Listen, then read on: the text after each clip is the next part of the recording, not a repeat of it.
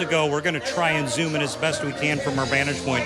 That is former President Trump has arrived here with a bandage on his ear. This is the first time in the entire event that you can widen out the shot. We can see him more now. This is the first time in the entire event we have seen the former president visibly since the attempted assassination this past Saturday. So the crowd has been on its feet since the last probably 3 minutes since the former president just walked into the facility. He's not on stage yet, but he has arrived. They have a camera shot of him, and the crowd just erupted here. This is the first time we have seen him, as you can see there, with a bandage on his right ear, still healing from the gunman's wound from this Saturday. This has been an event called the Republican National Convention. They have a theme every night. Tonight's is Make America Rich Again. The focus has, of course, been on selling former President Trump's message and his new running mate, Ohio Senator.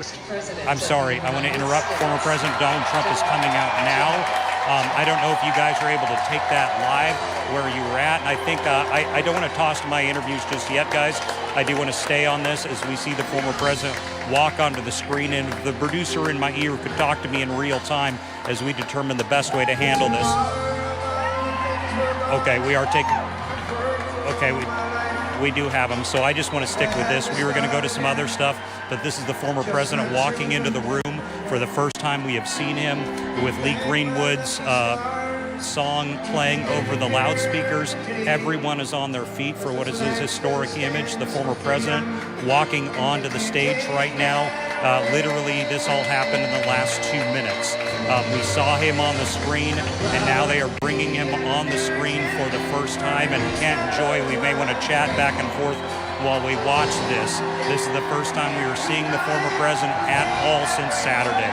As you can see with that bandaged ear, with music playing on the loudspeakers, everyone is on their feet here, and he is applauding and saying hello to his supporters here who are here in the thousands in Milwaukee. Kent and Joy, I think we should probably sit and watch this for a bit as we go as we continue to talk. Scott, are we able to see where his VP pick is in relation to where he's standing now?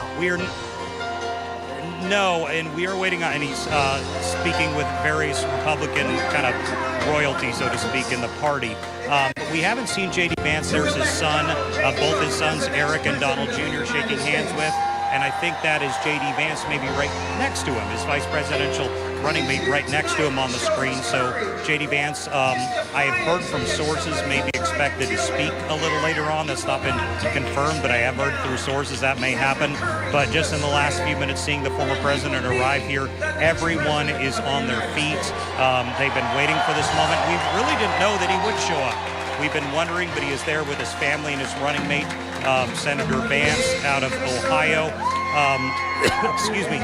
The focus really tonight has been, as they say, Make America Wealthy Again. That has been the theme of the opening night of the Republican National Convention. We have been watching speakers here for hours tonight, but this is the first time we have seen the former president, who we have known has been in Chicago, excuse me, I misspoke, in Milwaukee since yesterday afternoon, leading.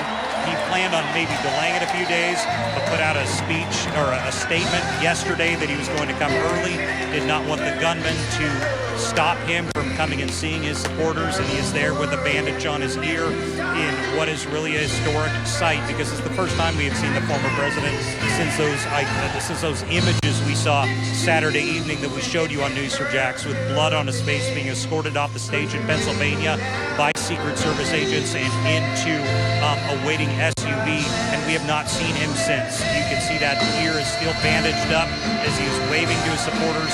We do not expect the president to speak tonight. He is expected to formally accept the nomination on Thursday evening and give a primetime address. This, I believe, is just a chance to wave to his supporters and be seen by the people who have come to Milwaukee to support him.